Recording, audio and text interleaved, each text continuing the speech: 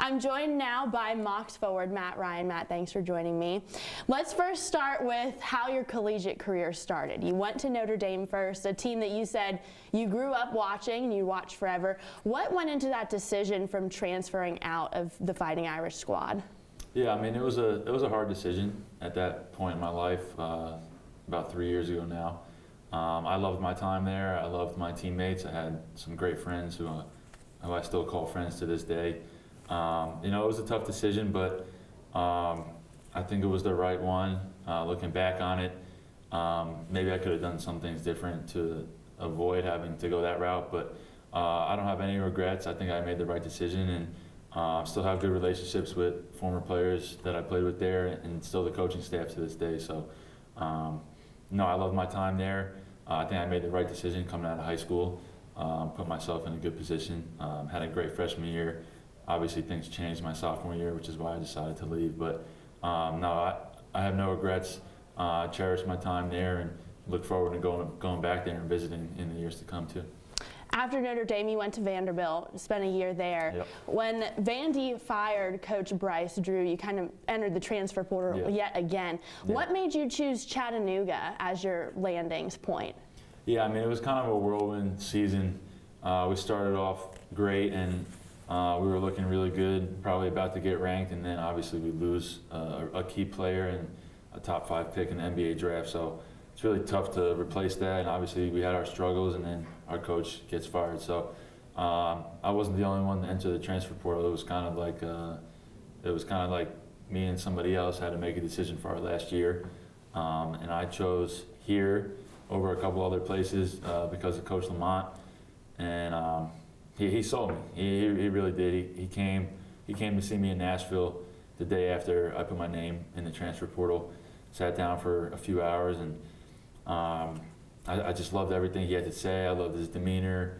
I loved his past history at Wisconsin and the vision that he had for me and his program. So it was kind of a no-brainer, and what I was looking to do for my last year of eligibility was have a huge impact and be able to do a little bit more things on the court than I had been able to do at my 2 prior stops. So I'm just really happy with my decision and looking forward to finishing strong. You mentioned Coach Lamont Paris's vision and how you fit into that. How do you think you have been able to fit into that vision here in Chattanooga? I think pretty well. Looking back on it now, I think we've played 28 or 29 games now, and there's a few games I wish I had back that I could have done better, but not every game is going to be perfect and not going to make every shot. But overall, so far, I think it's been great. I think I've been able to do what I came here to do, and we're not done yet. We still got some more work to do. You had 2 tournament appearances with Notre Dame, both your freshman and sophomore years. Yeah. How will that experience help you lead the Mocs team into the SoCon tournament in the coming weeks? I know the mentality and the mindset that March brings. It can't be overstated, like how different it is, like tournament play, when everybody's seasons are on the line and you're playing for so much. Like, it's so much different than a regular season game, and intensity's up. The focus is amazing, and it was so fun to be a part of it and play a huge role in it. Both times I was in the tournament, I had a big role for my team, and it was so much fun. It's so much fun. It's what everybody dreams of playing in when they're growing up, and the opportunity to get back into the tournament, it's there, and we just got to go take it. Your points average here at Chattanooga is double what it was at Vandy and Notre Dame. How have you been clicking with this offense? Yeah, I think it was just what Coach Lamont told me was going to happen. The opportunity to come in here and have a big role, and it was really up to me to make it happen.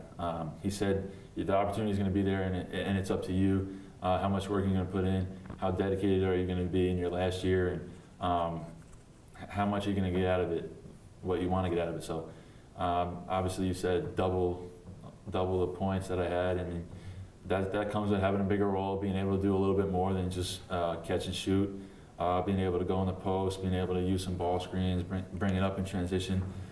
These are all things that have helped me be a little bit more successful on the offensive end. Coach Lamont Paris loves to give bigs the opportunity to step out and try to make threes. You particularly are great at that. How do you think that's helping the Mocs have the most successful year they've had under Coach Paris so far? Yeah, well, I think we start a bigger lineup. I mean, I start at the wing position, and then we start another 4 and Ramon. So that's helped me be on the perimeter, be able to play downhill. And it's helped me with matchups. Usually the guy starting the game on me is a little smaller than me, so I'll be able to go inside, and then sometimes we'll downshift to a smaller lineup. I'll go to the 4 spot, and then we just play with mismatches. We like to get out and run. All of our sets are really good. The coaches do a good job of knowing what plays to call at what times, and then we got some smart players too. We know what players need the ball at certain times, and guys can make plays too. Like we got Dave, Maurice, Ramon. All these guys can make plays for themselves and for each other. So just got to keep going. You mentioned Ramon, forward Ramon Villa, and also Stephen Kenich. You guys are just all big. It's taller than the Mocs normally have on the roster. Yeah. How will that be an advantage going into the SoCon tournament? I definitely think it will be. I think our defensive rebound percentage is the top 1 or 2 in the league. So we haven't given up that many offensive rebounds. If we can continue to take advantage of our size on offense, I think that'll lead us to some success in the tournament. You're from New York. This isn't your first year down south, but you're still kind of fresh to the Southern culture. What's different about Tennessee compared to White Plains? Well, there's no snow. I mean, being in New York, you're ready for the snow like half the year. So. Also in South Bend was probably even worse than where I'm from in New York in terms of snow. So that's probably the main difference. Where I grew up in kind of the suburbs in northern Westchester. So it's kind of similar feel and the vibe of Chattanooga. Nashville is a little bit busier, just given that we were in the heart of Nashville and it's a booming city. But Chattanooga is kind of the same environment that I grew up in. And, no, I really liked my time in Tennessee. It's a beautiful place. Wouldn't mind staying here for a little bit longer, but obviously basketball career would take me different places. But it's been great. How has the Southern hospitality been different from up in New York? Like everybody's nicer. Everybody's like so nice and want to give each other hugs and say hello to everybody. You do that in New York City, like the guy might be calling 911 on you if you're trying to give him a hug on the sidewalk or something, or saying like, how you doing? People look at you sideways. So it's a little different down here. How does that affect how you connect with the fans here at Chattanooga?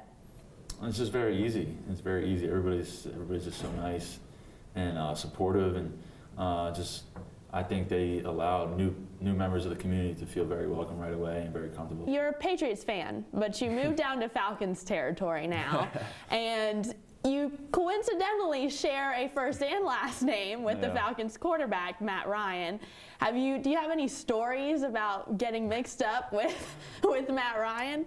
Yeah, I think I've told this story a few times. Like coming out of high school, I was also being recruited by BC, where Matt Ryan went and played quarterback, and I was also a quarterback in high school. So I don't know. There's been a lot. I've always heard like the Matty Ice thing, like, are you related to Matt Ryan? No, I'm not related to Matt Ryan.